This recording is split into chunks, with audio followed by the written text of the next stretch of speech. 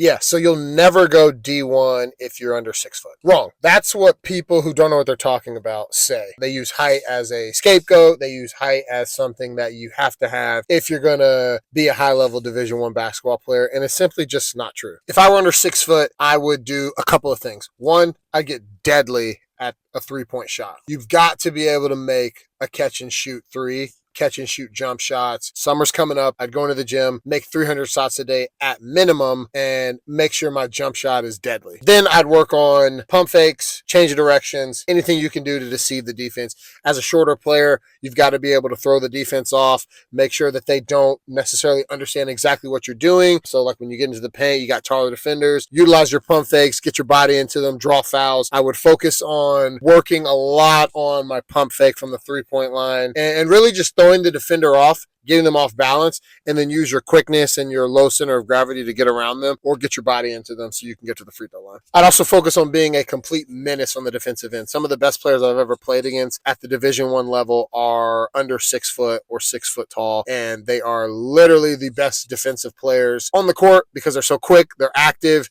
they give the effort. They understand that, hey, I'm not a 6'7" or 6'8" height player, so I've got to do other things differently, and defense is one of those things that they hang their hat on. So if I'm under 6 foot, I know you're asking about moves you can do to score, but I would think about it as like, how can I just be the best player I can be and lock in on the defensive end? And I promise you, a coach will find a spot for you on his team. And not only will he find a spot for you, they will find minutes for you. Enough minutes where you're going to have to be asking to come out if you can be the best defensive player on the court. But yeah, didn't have time to get into the gym and kind of make this, but I saw this comment and I wanted to touch on it. Yeah, you don't have to be over 6 feet. Tons of players that aren't 6 feet tall that make it at the high D1 level. Those are the things that I would work on. So hope it helps.